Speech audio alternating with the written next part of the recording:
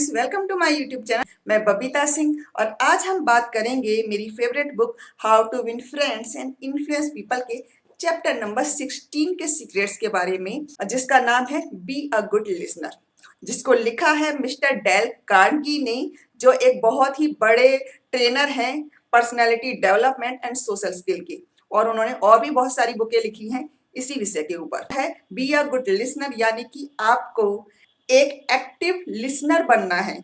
अगर आप सचमुच चाहते हैं कि आपके दोस्त बने, आपके लोग रिस्पेक्ट करें, आपको सराहें, आप अपनी ज़िंदगी में सक्सेसफुल बनना चाहते हैं, तो ये बहुत बड़ा स्किल है जिसे आपको एक्वायर करना है, क्योंकि 90% लोगों में ये स्किल नहीं मिलता।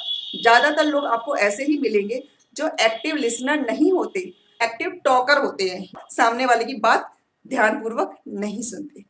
तो इसी पॉइंट को क्लियर करने के लिए और इसी पॉइंट को अच्छी तरह से समझाने के लिए मिस्टर डेल कार्नेगी ने बहुत सारे इंसिडेंट शेयर किए हैं, स्टोरीज शेयर किए हैं, और वही स्टोरीज, वही इंसिडेंट मैं आपके साथ शेयर करने वाली हूँ। तो स्टार्ट करते हैं। एक बार वो एक ब्रिज पार्टी में गए थे। ब्रिज पार्टी क्या होता है कि ब्रिज एक ताश की गेम होती है, और उसी की पार्टी थी कि वहां पर वो ताशी गेम खेली जानी थी। तो उस पार्टी में वो गए थे, वहां पर एक लेडी और भी थी, लेकिन ना ही मिस्टर डेल कार्नेगी को ब्रिज खेलना आता था और ना ही उस लेडी को ब्रिज खेलना आता था। लेकिन उस लेडी को एक बात पता चली थी कि मिस्टर डेल कार्नेगी हैं, वो कई सारी देश विदेश घूम चुके हैं, कई सारी उनकी पर्सनल ट्रेनिंग होती है इधर उधर, वो कई जगह पे विजिट करते हैं, ट्रैवल करते हैं, लोगों को ट्रेनिंग देते हैं, और वो मिस्टर लॉवेल थॉमस के मैनेजर भी रह चुके हैं। ये सारी चीजें वो लेडी पहले से ही जानती थी। तो वो मिस्टर डेल कार्नेगी के पास गई और उन्होंने बोला, हेलो मिस्टर डेल, मुझे पता है आप बहुत सारी विजिट कर चुके हो, मैं जानती हूँ आपने दुनिया में अपनी ट्रेनिंग को कहाँ कहाँ फैलाया है। मैं ये सुनकर बहुत ही प्रभावित हूँ कि आपने कितने सारे देश देखे हैं, कितनी सारी साइट विजिट की हैं, आपने क्या क्या देखा है, मैं ये जानने के लिए बहुत उत्सुक हूँ।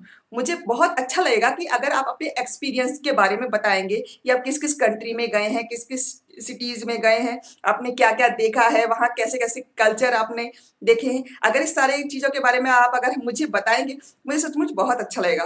तो मिस्टर डेल कार्नेगी थे, ओके, मुझे ऐसा लगता है कि आप भी हाल ही में कहीं गई हैं। तो उन्होंने कहा कि हाँ हाँ, मैं अभी अफ्रीका से लौटे हैं। ओ अफ्रीका, यार what a wonderful place. Actually मैं भी अफ्रीका कई बार जाने के बारे में सोच रहा था, मैं जाना चाहता था, लेकिन कभी ऐसा चांस ही नहीं मिला कि मैं अफ्रीका जाऊं। एक बार ऐसा हुआ था कि मैं एक दिन के लिए अफ्रीका में रुका जरूर था, लेकिन कभी वहां पर कोई प्लेस को, कोई साइट को विजिट नहीं कर पाया। और वहां पर एक बिग सिटी है, बिग गेम सिटी, क्या आपने उसे देखा है? वो लेडी ने जवाब दिया, ऑफ कोर्स मैंने बिल्कुल देखा है। वो सच में आपने देखा है? प्लीज मुझे बताइए, मैं जानना चाहता हूँ कि वहां पर क्या क्या है, कैसा है। मुझे बहुत पसंद है अफ्रीका के बारे में जानना, मैं उसको सचमुच देखना चाहता हूँ। अगर मुझे आप अपने एक्सपीरियंस के बारे में बताएंगी तो मुझे सचमुच बहुत खुशी होगी। तब वो लेडी और मिस्टर डेल कार्नेगी सोफे पे बैठ गई, और फिर उस लेडी ने मिस्टर डेल कार्नेगी को उस अपने अफ्रीका की विजिट के बारे में बताना शुरू किया। तो बताया सब कुछ कि ये था, ये है। तो करीब 45 मिनट तक, यानी कि पौने घंटे तक वो अपने विजिट के बारे में बताती रही कि यहाँ पे गए थे, वहां गए थे, ये हुआ था, वो हुआ था, सारे एक्सपीरियंस बताए। और मिस्टर डेल कार्नेगी ने एक बार भी उनको नहीं टोका, और वो चुपचाप उनकी बातें सुनते रहे, एक्सपीरियंस अपने एक्सप्रेशन देते रहे।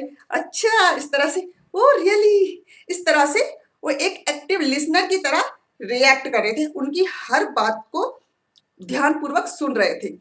और इस 45 मिनट के दौरान उस लेडी ने एक बार भी मिस्टर डेल कार्नेगी से नहीं पूछा कि वो कहाँ गए हैं, उन्होंने कौन कौन सी जगह देखी हैं, क्योंकि एक्चुअली में जो फैक्ट क्या था कि वो लेडी चाहती ही नहीं थी कि मिस्टर डेल कार्नेगी अपने ट्रैवल एक्सपीरियंस के बारे में बताए। वो चाहती थी कि उन्हें कोई ऐसा बंदा मिले जो ट्रैवलिंग में इंटरेस्ट रखता हो और जिस पर वो अपनी ट्रैवल विजिट का, अपने ट्रैवल एक्सपीरियंस का रौब झाड़ चुके कि मैं यहाँ गई हूँ, वहां गई हूँ, मैंने ये देखा है, वो देखा है। तो उनको ऐसा बंदा चाहिए था, और मिस्टर डेल कार्नेगी के रूप में उनको वो बंदा मिल गया था। तो वो उन पर अपनी ट्रैवल के बारे में बता रही थी, अपना रौब झाड़ रही थी। तो क्या वो लेडी गलत कर रही थी? नहीं, डेल कार्नेगी ने यही बात एक्सप्लेन की है, वो ऐसा कुछ भी गलत नहीं कर रही थी, क्योंकि ज्यादातर लोग, ऑलमोस्ट 90% लोग आपको इसी तरह के मिलेंगे, क्योंकि सब में ये एक फीलिंग होती है कि उनको सामने सुनने वाला हो, उनको एक ऑडियंस की जरूरत होती है। ज्यादातर लोग चाहते हैं कि सामने वाला हमारी बात सुने, अपनी बात ना सुनाए, क्योंकि ज्यादातर लोगों का मकसद होता है कि लोग हमारी वाहवाही करें, हमारे इंसिडेंट सुने, हमारे बारे में बात करें। दूसरों के की बातें सुनने का इंटरेस्ट उनको ज्यादा नहीं होता, वो अपने आप में 100 गुना ज्यादा इंटरेस्टेड होते हैं।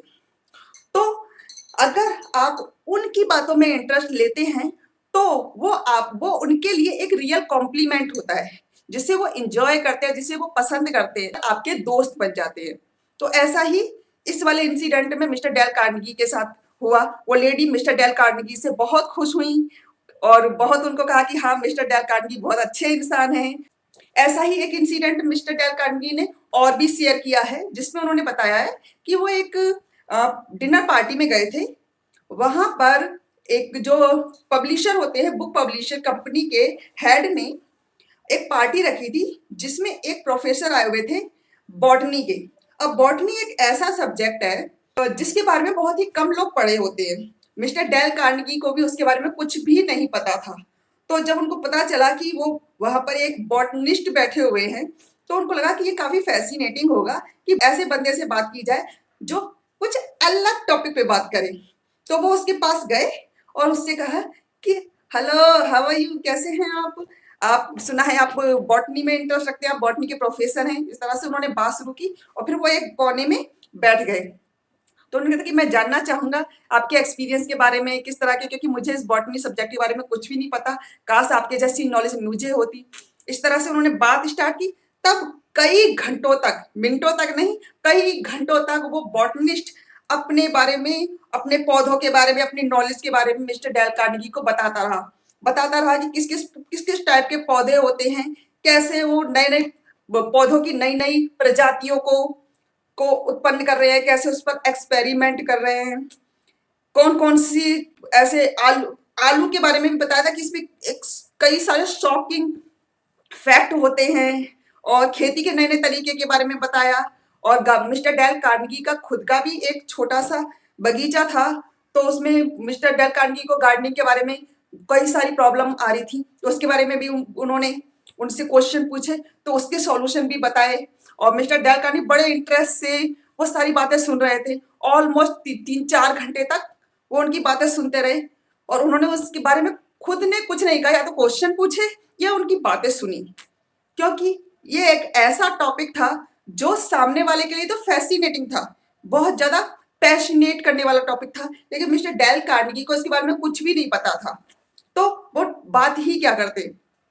और जब वो पार्टी खत्म हो गई करीब आधी रात को, तब मिस्टर डेल कार्नेगी ने उनका हाथ शेक हैंड किया और कहा कि आपसे बात करके मुझे सचमुच बहुत अच्छा लगा, काश कितनी नॉलेज है आपके पास, ये नॉलेज काश मेरे पास होती, मैं आपके साथ कभी बार फील्ड वगैरह में, खेतों वगैरह में घूमने भी जाना चाहूंगा और बहुत नॉलेज मिलेगी इससे भी मुझे, अगली बार हम जरूर मिलेंगे। ये कहकर उन्होंने उसको अलविदा कर दिया। और जब मिस्टर डेल कार्नेगी वहां से चले गए, तो वो बॉटनिस्ट जो पार्टी का होस्ट था उसके पास गया और उन्होंने कहा कि कितना अच्छा आदमी है ये, कितना अच्छा लिसनर है, बहुत बातूनी है। ये बात उन्होंने मिस्टर डेल कार्नेगी के लिए कही कि ये बहुत ही इंटरेस्टिंग बातूनी इंसान है। उनको बातूनी कहा, जबकि उन्होंने कुछ बोला ही नहीं था, क्योंकि उनके पास बोलने के लिए कुछ था ही नहीं। उसके बावजूद भी उस पर्सन ने, उस बॉटनिस्ट ने मिस्टर डेल कार्नेगी को कहा एक बहुत ही इंटरेस्टिंग बातूनी इंसान है, सिर्फ इसलिए कि मिस्टर डेल कार्नेगी ने बड़े ही इंटरेस्टिंग तरीके से, बड़े ही एक्टिव तरीके से, बड़े ही पेशेंसफुली उन्होंने सामने वाले की बात सुनी, जिससे वो एक इंटरेस्टिंग पर्सन के रूप में सामने वाले को महसूस हुए। और यही हर इंसान चाहता है, क्योंकि यही एक बहुत बड़ा कॉम्प्लीमेंट है सामने वाले के लिए कि सामने वाला इंसान हमें बड़े ध्यान से सुन रहा है, रियल एक्सप्रेशन दे रहा है, रियल रिएक्शन दे रहा है, कोई बनावटी रिएक्शन नहीं है। आपके जो हाव भाव है, आपके जो रिएक्शन है वो पॉजिटिव में होंगे, आपके चेहरे पे अलग तरह की सेंस आएगी और सरप्राइज होने वाली, हंसने वाली, तो सामने वाले को लगेगा कि आप भी उनकी टॉकिंग इंजॉय कर रहे हैं, और जब आप उनकी टॉकिंग इंजॉय करते हैं तो ऑटोमेटिकली वो खुद भी उस टॉकिंग को एंजॉय करता है, ये सोचकर कि हम सामने वाले को कितना अच्छा लग रहा है इन बातों को करके, यानी कि हमारी बातों में सामने वाले को कितना मजा आ रहा है। तो यही छोटी सी चीजें जो सामने वाले को आपका फ्रेंड बनाती है, क्योंकि उसको लगता है कि ये बंदा है मेरी टक्कर का, इसके साथ बात करने में मजा आता है। तो दोस्त बनते क्या है और होते क्या है दोस्त? दोस्त वही होते हैं जो एक एक दूसरे को समझे, अंडरस्टैंड करे, एक दूसरे की बातों में मजे ले, उसी को दोस्त कहते हैं। वो चाहे एक गरीब बंदा भी हो सकता है, चाहे वो इंडिया का प्रेसिडेंट भी हो सकता है। तो कहीं का प्रेसिडेंट भी आपका दोस्त बन सकता है, और कोई गरीब इंसान, कोई बावर्ची वगैरह, वो भी आपका दोस्त बन सकता है। डिपेंड करता है कि आप किस तरह से उसके साथ रिएक्ट करते हैं। तो आप हर बंदे को अपना दोस्त बना सकते हैं एक्टिव लिसनिंग के जरिए। एक बंदे थे जिनका नाम था चार्ल्स डब्ल्यू एलिकॉट। उन्होंने बोला है कि ज्यादातर लोग सोचते हैं कि जो बिजनेस की सीक्रेट इंटरव्यूज होते हैं उसके कुछ अलग ही फंडे होते हैं, उसको जो जो सक्सेसफुली क्लियर कर लेते हैं के बारे में वो कुछ अलग नॉलेज रखते होंगे, अलग जानकारी रखते होंगे। लेकिन उन्होंने बताया है कि एक्चुअली में ऐसा कुछ भी नहीं है। ये क्योंकि वो खुद एक प्रोफेसर थे एक कॉलेज के, और वो खुद इंटरव्यू लेते थे।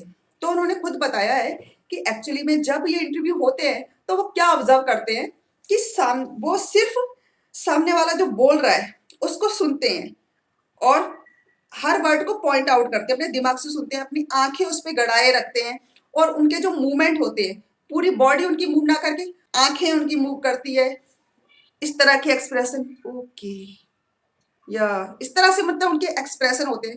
तो सामने वाला जो इंटरव्यू दे रहा है उसको फील होता है अंदर से कि जो हमारा इंटरव्यूअर है वो हमारे हर पॉइंट को ऑब्जर्व कर रहा है, हर पॉइंट को समझ रहा है, हर पॉइंट को एनालाइज कर रहा है। ये फीलिंग सामने वाले के दिल में आती है, और जब सारी चीजें क्लियर हो जाती हैं तब जो भी उस मीटिंग का नतीजा होता है वो उसको बता दिया जाता है कि हाँ। तो इस तरह से जो ज्यादातर मीटिंग होती है, जो बिजनेस मीटिंग होती है, वो सक्सेसफुल होती है, क्योंकि उसमें जो मेन फोकस दिया जाता है वो एक्टिव लिसनिंग के ऊपर दिया जाता है, कि जो इंटरव्यूअर है वो प्रॉपर लिसनिंग करते हैं, और इसी में उनको महारत हासिल होती है। कि अगर आप एक्टिव लिसनिंग करते हैं तो बड़ी बड़ी प्रॉब्लम्स को सॉल्व कर सकते हैं। जिसमें एक प्रॉब्लम के बारे में बताया था कि आपको शायद ये पता ही होगा, जो स्टोर होते हैं, जनरल स्टोर होते हैं, उनके मालिक एक स्टोर अगर किराए पे लिया है उन्होंने, तो किराए पे कितने सारे पैसे इन्वेस्ट करते हैं। उसके बाद वो जो सामान खरीदते हैं, गुड्स खरीदते हैं, ग्रोसरी खरीदते हैं, उस पर कितना सारा सब पैसा खर्च करते हैं। उसके बाद वो जो उनकी विंडो है, जो स्टोर की विंडो है, उसको सजाने के लिए, उसका लुक सुंदर करने के लिए उसको आकर्षक तरीके से उसको सजाते हैं, प्रेजेंट करते हैं। उसके अलावा वो एडवर्टीजमेंट पे खर्च करते हैं, जो भी प्रचार वगैरह करते हैं, बोर्ड वगैरह लगवाते हैं, उस पर खर्च करते हैं। इतना सब खर्च करने के बाद अगर वो बंदा जो स्टोर का मालिक है वो ऐसे क्लर्क को, ऐसे पर्सन को हायर कर लेता है जिसके अंदर एक्टिव लिसनिंग की कला नहीं है, जो अपने कस्टमर को बीच बीच में इंटरप्ट करे, अपने कस्टमर की बात ना सुने, उसको इरिटेट करे, तो क्या होगा? उसका कस्टमर दुकान छोड़ के चला जाएगा। ऐसा ही एक केस हुआ था, शिकागो में एक डिपार्टमेंटल स्टोर था, वहां पर एक सेल लगी थी। वो हेनरीटा डॉगलस एक लेडी थी, वो हेनरीटा डॉगलस ने उस स्टोर से एक कोट खरीदा था, बाकी और भी चीजें खरीदी थी लेकिन वो एक कोट स्पेशली खरीदा था। तो जब वो घर पर वापस गई तो उन्होंने नोटिस किया कि उस कोट की जो लाइनिंग है वो एक जगह से फटी हुई है। उसने कहा कि ओहो, ये तो गलत ड्रेस आ गई। तो अगले दिन उन्होंने वो दोबारा उस स्टोर पे गई, और उस स्टोर पे जाकर उन्होंने जो लेडी थी वहां पर, जो सेल्स वुमेन थी, उससे बात की और उसको बोला कि एक्सक्यूज मी, आपसे ये कल मैं ये ड्रेस खरीद के ले गई थी, इस ड्रेस में डैमेज है, ये एक डैमेज मर्चेंटाइज है, इसमें यहाँ से ये लाइनिंग फटी हुई है। तो उसने हेनरीटा डॉगलस की बात सुनने की जगह उसने उसको पूरी तरह से इग्नोर कर दिया। वो कि नहीं, ये मर्चेंटाइज वापस नहीं होगी, ये फाइनल सेल है, क्योंकि आपने इसे स्पेशल डिस्काउंट पर खरीदा है। तो स्पेशल सेल की जितने भी कपड़े होते हैं, जितनी मर्चेंटाइज होती है, वो सेल फाइनल होती है, फाइनल इज फाइनल। वहां देखिए, वहां पर एक बोर्ड लगा हुआ है, उसमें क्या लिखा है? स्पेशल सेल की सारे आइटम फाइनल है, यानी कि ना उसको बदला जाएगा ना उसको वापस किया जाएगा। अब आप इसको वापस ले जाइए और इसे खुद ही सिलिए। तो उसने उसकी बात सुनी ही नहीं, और ये कहकर उसको इग्नोर कर दिया। मिस हेनरीटा को बहुत गुस्सा आया, वो वापस जा रही थी, बड़बड़ाते हुए जा रही थी, आगे से स्टोर के से मैं 1 रुपए की भी चीज नहीं खरीदूंगी, यहाँ के लोग बहुत बेकार हैं, मुझे यहाँ से कभी नहीं लूंगी। ऐसे करते करते वो वहां से जा रही थी, तो जाते हुए उसको उस स्टोर का मैनेजर मिला, और उन्होंने वो मैनेजर मिसिस हेनरीटा को पहले से ही जानता था। तो उनसे कहा, hello ma'am, how are you. तो वो रुकी, तब उसका मूड तो ऑफ था ही, तो उन्होंने कुछ बोला नहीं। फिर बोला, क्या बात है मैडम, आप काफी परेशान लग रहे हो, क्या हुआ। तब मिसिस हेनरीटा डॉगलस ने उस मैनेजर को ये सारी स्टोरी बताया कि ये मैंने स्पेशल सेल से ये कोट खरीदा और ये डैमेज कोट है, जिसे आपकी सेल्स वुमेन बदलने से मना कर रही है। तब उसने कहा, उनकी पूरी बात को उन्होंने ध्यान से सुना, मिसेस डॉगलस की बात को उस मैनेजर ने पूरे ध्यान से सुना, फिर कहा, ओके, आप मेरे साथ अंदर आइए। तो वो उसको दोबारा से स्टोर के अंदर ले गए। तब उन्होंने कहा कि ये बात सच है कि स्पेशल सेल के जितनी भी मर्चेंटाइज होती है वो फाइनल होती है, उसे ना लौटाया जाता है ना बदला जाता है, लेकिन ये रूल डैमेज मर्चेंटाइज पे लागू नहीं होता।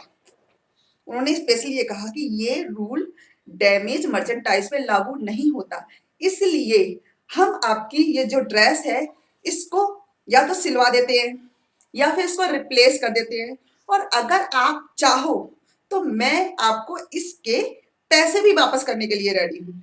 तो मिसेस डॉगलस ने कहा, नहीं नहीं, पैसे वापस करने की जरूरत नहीं है, बस इसको आप सही करवा दीजिए या फिर इसको एक्सचेंज कर दीजिए। तो उन्होंने ऐसा कर दिया। तो ये था एक फर्क कि एक क्लर्क जो थी, जो एक सेल्स वुमन थी, वो मिसेस डॉगलस के साथ किस तरह से रिएक्ट कर रही थी, और दूसरा पर्सन, उसी स्टोर का दूसरा जो मैनेजर था, जो उसकी टेक केयर कर रहा था, उसने मिसेस डॉगलस को किस तरह से ट्रीट किया। किस उस मैनेजर की बातों से वो इतनी इम्प्रेस हुई कि आगे से भी सालों तक वो स्टोर से अपने लिए मर्चेंटाइज खरीदती रही। तो ये छोटा सा फर्क होता है कि आप किसको किस तरह से हैंडल करते हो। अगर सपोज वो मैनेजर उन लेडी को नहीं मिला होता तो क्या होता कि वो ड्रेस तो चलो बिक गई थी तो बिक गई थी, वो वापस वो उसको घर पे सी के सही कर लेती या फिर उसको यूज ही नहीं करती, लेकिन वो जो स्टोर था उससे जो आगे वो ड्रेस खरीदने वाली थी, आगे कितनी भी मर्चेंटाइज खरीदने वाली थी, वो तो नहीं खरीदी, क्योंकि उनका दिल उस दुकान से हट जाता, क्योंकि उनके माइंड में एक बात हो जाती कि वहां के स्टोर के जो लोग हैं, स्टोर के जो टेक केयर पर्सन हैं, जो सेल्स वुमेन है, सेल्समैन है, वो अच्छे नहीं हैं, वो कस्टमर की बात नहीं सुनते, और ये बात वो लोगों में भी फैलाती कि उस दुकान पे मत जाना, वो दुकान के जो सेल्स वुमन वगैरह वो बेकार नहीं है। मैं गई थी एक बार लौटाने के लिए, उन्होंने मुझे खराब कोट पकड़ा दिया था, और जब मैं उसको लौटाने गई थी उन्होंने लौटाया ही नहीं, उन्होंने कह दिया कि नहीं नहीं हम नहीं लौटाएंगे, फाइनल सेल है, फाइनल सेल है, इस तरह से करके मुझको वापस कर दिया। तो इसी तरह की बातें करती वो। लेकिन जब उस मैनेजर ने उनको ट्रीट किया, उनको यहाँ तक कि पैसे लौटाने की भी बात की, तो उनके माइंड में उस स्टोर के लिए क्या रिस्पेक्ट हुई कि उन्होंने अपने सारे फ्रेंड्स को, जो भी उनके रिलेटिव वगैरह जो भी होंगे, उनको अगर कुछ खरीदना होगा तो उन्होंने उनको उस स्टोर को रिकमेंड किया होगा कि नहीं नहीं, वहाँ के लोग अच्छा हैंडल करते, मेरे साथ ऐसा केस हुआ था, लेकिन उसके स्टोर के मालिक इतने बढ़िया थे कि मेरी पैसे भी लौटाने के लिए रेडी हो गए। तो ये उस स्टोर की इमेज बनी सिर्फ इस वजह से कि उस मैनेजर ने मिसेस डॉगलस को अच्छी तरह से ध्यानपूर्वक सुना, समझा और उसी हिसाब से उनको रिएक्ट किया। लेकिन जो सेल्स वुमेन थी उसने उसको ढंग से रिएक्ट नहीं किया। यही फर्क होता है एक्टिव लिसनिंग में और अपनी ही बातें बोलते रहो, दूसरे की बातें ना सुनने में। ठीक है, इससे आपकी अच्छे खासे कस्टमर जा सकते हैं, अच्छा खासा बिजनेस लॉस हो सकता है। इसी तरह की जो एक और इंसिडेंट है कि एक बार क्या हुआ था कि एक टेलीफोन कंपनी का एक कस्टमर था। वो कस्टमर कुछ बहुत ही इरिटेटिंग कस्टमर था। वो ऐसा कस्टमर था कि टेलीफोन कंपनी के जो लोग थे उनको वो गालियां भी देता था, उनको वो बद्दुआएं भी देता था, मतलब बहुत बुरा इरिटेटिंग कस्टमर था वो। और जितने भी ड्यू थे उस कंपनी को देने के लिए, वो चुकाने की, उसने वो ड्यू चुकाने से भी पूरी तरह से मना कर दिया। यही नहीं, उसने उस कंपनी के ऊपर बहुत सारे केस भी दायर कर दिए। अब बहुत सारे जो केस चल रहे थे जिसके लिए उस कंपनी को बार बार पब्लिक सर्विस कमीशन के पास जाना पड़ता था कि इस केस के लिए उनकी तारीख वगैरह पड़ती थी, तो कंपनी वाले बहुत परेशान थे। तो उन्होंने अपने एक सबसे काबिल ट्रबल शूटर को बुलाया, अपने सबसे काबिल रिप्रेजेंटेटिव को बुलाया और कहा कि ये केस है और ये बंदा है, अब इस बंदे को आपको हैंडल करना है। तो क्या हुआ कि वो ट्रबल शूटर वो उस कस्टमर के घर गया। पहली मीटिंग में क्या हुआ कि सीधी सी बात है, जो कस्टमर है वो गालियां भी देता है, बद्दुआएं भी देता है, ताने भी मारता है, गुस्सा भी करता है, तो यही करेगा। तो फर्स्ट मीटिंग में उसने यही किया, लेकिन कंपनी का रिप्रेजेंटेटिव था, उसने कुछ भी जवाब नहीं दिया, वो चुपचाप सुनता रहा और साथ साथ उसने उसके साथ उस कस्टमर के साथ सिंपैथी भी दिखाई कि हाँ हाँ आप ठीक कह रहे हैं, अच्छा कंपनी ने ये किया आपके साथ, ओके। इस तरह से उसने सिर्फ सुना, उसकी बातें सुनी और ये बातें इतनी लंबी सुनी कि 3 घंटे, आधा घंटा पौना घंटा नहीं, उस कस्टमर ने उस रिप्रेजेंटेटिव के सामने 3 घंटे तक अपनी भड़ास निकाली कि ऐसे हैं वैसे हैं, इसकी तो मैं खटिया खड़ी कर दूंगा, इसको तो बर्बाद कर दूंगा। इस तरह की बातें उसने 3 घंटे तक सुनी और 3 घंटे बात करने के बाद जब थोड़ा सा कूल डाउन हुआ तब उसने कहा कि अच्छा ठीक है, देखते मैं कंपनी में जाके बात करता हूँ इसके बारे में और क्या हो सकता है। फिर वो रिप्रेजेंटेटिव वापस कंपनी में आ गया। फिर अगली बार कुछ 1-2 दिन के बाद दोबारा उस कस्टमर के पास गया। फिर उसने कहा कि अच्छा ये था कि मुझे पता चला, अच्छा ये तो अच्छा और क्या हुआ था, और कोई इशू भी है आपको कंपनी से। तब फिर उसने बोलना शुरू किया कि ये इशू है, ये इशू है, ऐसा नहीं है। अगली बार वो पिछली बात के मुकाबले थोड़ा सा नर्व था कि इशू तो है, ये भी इशू है, वो भी इशू है, ये उसने गलत करती है कंपनी, ये गलत करती है, उसको ऐसा नहीं करना चाहिए। इस बार उसने गालियों से हटकर नॉर्मल वैसी बातें की, ताने वाली बातें की। फिर वो कहते हैं अच्छा ठीक है मैं देखता हूँ और क्या हो सकता है, मैं अपने सीनियर से बात करता हूँ। तो वो वापस गया अपनी कंपनी में। फिर 1-2 दिन बाद और वापस आया, उससे फिर बात की कि ओके ऐसा हुआ था, हाँ मैंने आपके केस स्टडी किया है, आप ठीक कह रहे थे, और भी कुछ है जो आप कहना चाहेंगे। तो फिर उसने और भी कहा कि ये है ये है, मतलब उसने इस तरह से उस कस्टमर के साथ 4 मीटिंग की और पहली 3 मीटिंग में उसने जो कंपनी को जो इशू थे, जो कंपनी के जो पॉइंट थे, उसके बारे में एक बार भी बात नहीं की।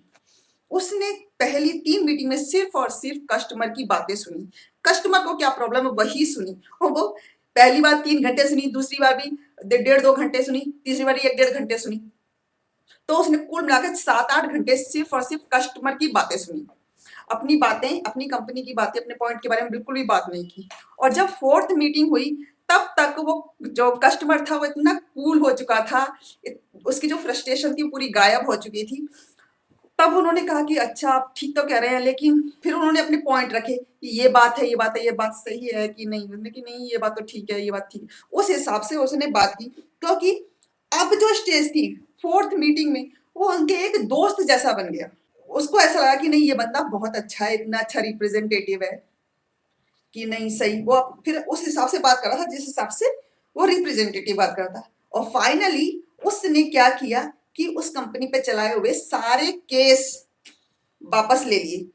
टेलीफोनिक कंपनी के हिस्ट्री में ऐसा पहली बार हुआ था कि किसी इरिटेटिंग कस्टमर ने अपने पब्लिक सर्विस कमीशन में डाले हुए केसों को वापस लिया हो, लेकिन उसने ऐसा किया, उसने अपने सारे केस विड्रॉ कर लिए और जितने भी उसके ऊपर ड्यू थे, जितना भी पैसा उसको कंपनी का चुकाना था, उसका भी पूरा चेक काट कर उस रिप्रेजेंटेटिव को दे दिया। अब ऐसा उसने क्यों किया? पहली बात तो उस रिप्रेजेंटेटिव ने उसकी पूरी बात सुनी, जिससे उसको लगा, क्योंकि हमारी वो सोसाइटी में, समाज में कुछ इस तरह के लोग होते हैं जिनको इस बात से मतलब नहीं है क्या सही है क्या गलत है, उसको इस बात से मतलब है कि उनके अंदर एक ईगो होती है। ईगो होती है कि अपने आप को महान शो करने की, अपने आप को एक रक्षक शो करने की। उसके माइंड में, उस कस्टमर के माइंड में एक बात थी कि मैं एक टेलीफोनिक कंपनी के अत्याचार से सामान्य जनता की रक्षा कर रहा हूं, मैं एक महान इंसान हूं, मैं एक रक्षक हूं। ये फीलिंग थी और ये ईगो थी। और यही फीलिंग उसको मिली जब उसने केस डाले कि हाँ मैंने डाले हैं ये केस, मैं चला रहा हूं ये केस। ये उसको अंदर से ये चीज फील कर रही थी कि उसको एक टेम्पटेशन थी कि पावर फील हो रही थी उसको कि हाँ मैंने किया है, मेरी पावर है, ये मैं करके दिखा सकता हूँ, मैं ये कर सकता हूँ। लेकिन जब यही टेम्पटेशन, यही लालसा जो थी वो उसकी उस रिप्रेजेंटेटिव से जब उसने बात की, तब भी उसकी ये लालसा पूरी हो गई, क्योंकि उसको जो भी बोलना था, जो भी अपने आप को महान दिखाना था, जो भी अपने आप को रक्षक शो करना था, वो भी उसने उसके सामने दिखा दिया, क्योंकि उसने उसको के अगेंस्ट किया, उनको सुना कि हाँ नहीं आप ठीक कर रहे, नहीं सच्ची में आपने ऐसा किया, सही किया। तो ये इस तरह से उसकी बातों को रिएक्ट किया, इस तरह से बातों को सुना, जिससे उसको की जो ईगो थी, जो उसको चाहिए था, कि जो उसकी लालसा थी कि ये पावर गेन करने की, वो लालसा उसकी उस रिप्रेजेंटेटिव से इतनी बार बात करके पूरी हो गई। तो उसका इंटरेस्ट वो जो केस डाले थे उसमें ज्यादा रहा ही नहीं, इसलिए वो केस उसने वापस ले लिए। तो ऐसा ही होता है कि बहुत सारे जो हमारे इरिटेटिंग कस्टमर होते हैं, गालियां देने वाले कस्टमर होते हैं, उनको भी हैंडल किया जा सकता है अगर आप एक्टिव लिसनिंग करते हैं, उनकी बात को ढंग से सुनते हैं, उनको समझते हैं और अपना रिएक्शन उसी हिसाब से देते हैं। क्योंकि ज्यादातर लोग इसी चीज के भूखे होते हैं कि सामने वाला हमको कुछ समझे, हमें इंपॉर्टेंट समझे, हमारी वैल्यू करे। और अगर आप उनकी बात सुनते हो, समझते हो, तो उनको लगता है कि आप उनकी वैल्यू करते हो, आप उनकी इंपॉर्टेंस को समझते हो, आप उनकी बात को नहीं काट रहे, यानी कि आप उनको सही समझ रहे हो। तो यही चाहिए उन्हें। तो अगर आप ऐसा करते हो तो सामने वाले की जो ईगो होती है, जो लालसा होती है, जो तड़प होती है, इंपॉर्टेंट फील करने की जो फीलिंग होती है, वो उनको मिल जाती है और वो आपके हिसाब से चलने के लिए रेडी हो जाते हैं। तो आज के लिए बस इतना ही। आई होप मैंने कई सारे इंसिडेंट आपके साथ शेयर किए। इतने सारे इंसिडेंट को सच कहूँ याद रखना ही मेरे लिए खुद के लिए भी मुश्किल होता है, लेकिन फिर भी मैं कोशिश करती हूँ कि अपने वर्डों में, अपने तरीके से सारे इंसिडेंट जितने भी मिस्टर डेल कार्नेगी ने शेयर किए बुक में, वो मैं आपको अच्छी तरह से एक्सप्लेन कर पाऊँ, अच्छी तरह से समझा पाऊँ, ताकि आप तक इस बुक के जो असली निचोड़ है, असली वैल्यू है, असली जो पावर है वो समझ आए और उस पावर को, उस निचोड़ को, उस वैल्यूएबल रूल्स को आप अपनी लाइफ में इंप्लीमेंट कर सको, अपनी लाइफ में वो रूल्स को फॉलो कर सको। मैं इस तरह से कोशिश करती हूँ कि आपको बुक खरीदने की जरूरत ही ना पड़े, आप मेरे ही रिव्यू के थ्रू अपनी लाइफ में ये रूल्स लागू कर पाए और इसको अपनी जिंदगी का एक हिस्सा बना पाए, ताकि आप अपनी लाइफ में, अपने बिजनेस में, अपने करियर में सचमुच तरक्की पा सकें और सचमुच ऐसे फ्रेंड बना सकें जो आप बनाना चाहते हैं, जो आपको लॉन्ग लाइफ में सपोर्ट करें। तो आज के लिए बस इतना ही। अगले रिव्यू में अगला इसका सेकंड पार्ट भी आएगा, क्योंकि इसका फर्स्ट पार्ट है और एक लेसन में 8-10 कहानियां होती हैं। तो सारे लेसन, सारी स्टोरीज को अगर मैं एक ही वीडियो में डालूंगी तो वीडियो भी बहुत लंबा हो जाएगा और आपके लिए वो सारी स्टोरीज, वो सारे इंसिडेंट कंज्यूम करना टफ हो जाएगा। इसलिए मैं कोशिश करती हूँ कि उस एक चैप्टर को 2 से 3 चैप्टर पार्ट में स्प्रेड कर दूँ। तो आई होप आपको मेरा रिव्यू पसंद आया होगा, मेरी एक्सप्लेनेशन भी पसंद आई होगी। अगर पसंद आई है तो प्लीज एक लाइक जरूर मार दीजिएगा और अगर अभी तक आपने मेरा चैनल सब्सक्राइब नहीं किया है तो I request you please subscribe करो। तो आज के लिए बस इतना ही, अगले वीडियो में फिर से मिलते हैं। Have a nice day. This is Babita Singh, नाम याद रखिएगा। Have a nice day.